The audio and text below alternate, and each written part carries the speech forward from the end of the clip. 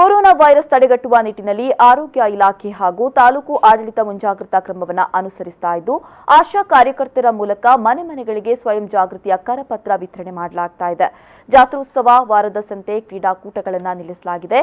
ಮದುವೆ ಸಮಾರಂಭಗಳನ್ನು ಸರಳವಾಗಿ ಆಚರಿಸುವಂತೆ ಎಲ್ಲ ಮದುವೆ ಸಮಾರಂಭಗಳಿಗೆ ಸೂಚನೆ ನೀಡಲಾಗಿದೆ. ಪುರಸಭೆ ವ್ಯಾಪ್ತಿಯಲ್ಲಿ ರಸ್ತೆ ಬದಿಯ ಅಂಗಡಿ ಮುಂಗಟ್ಟುಗಳನ್ನು ಬಂದ್ ಮಾಡಲಾಗಿದೆ.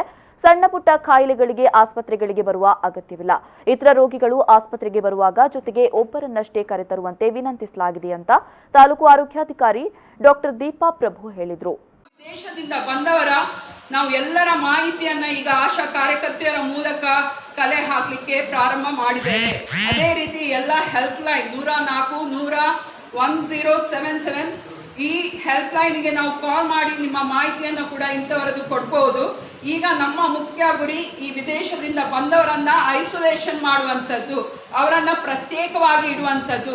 ಕಾಯಿಲೆ ಇರುವಂಥದ್ದು ವಿದೇಶದ 117 ಕಂಟ್ರೀಸ್. ಈ ಕಂಟ್ರೀಸಿಂದ ಬಂದ ಎಲ್ಲ ಇವರನ್ನು ಕೂಡ ಈಗ ನಾವು ಪ್ರತ್ಯೇಕವಾಗಿ 14 ದಿನ ಮನೆಯಲ್ಲಿ ಇಡಲೇಬೇಕು.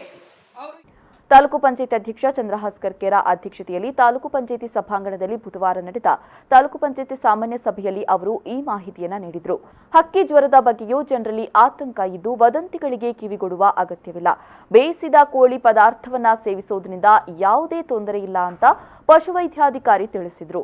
ವೇದಿಕೆಯಲ್ಲಿ ತಾಲೂಕು ಪಂಚಾಯತ್ ಉಪಾಧ್ಯಕ್ಷ ಅಬ್ಬಾಸ್ ಅಲಿ, ಸ್ಥಾಯಿ ಸಮಿತಿ ಅಧ್ಯಕ್ಷೆ ಮಲ್ಲಿಕಾ ಶೆಟ್ಟಿ, ತಹಶೀಲ್ದಾರ್ ರಶ್ಮಿ ಎಸ್ಆರ್ ಉಪಸ್ಥಿತರಿದ್ದರು.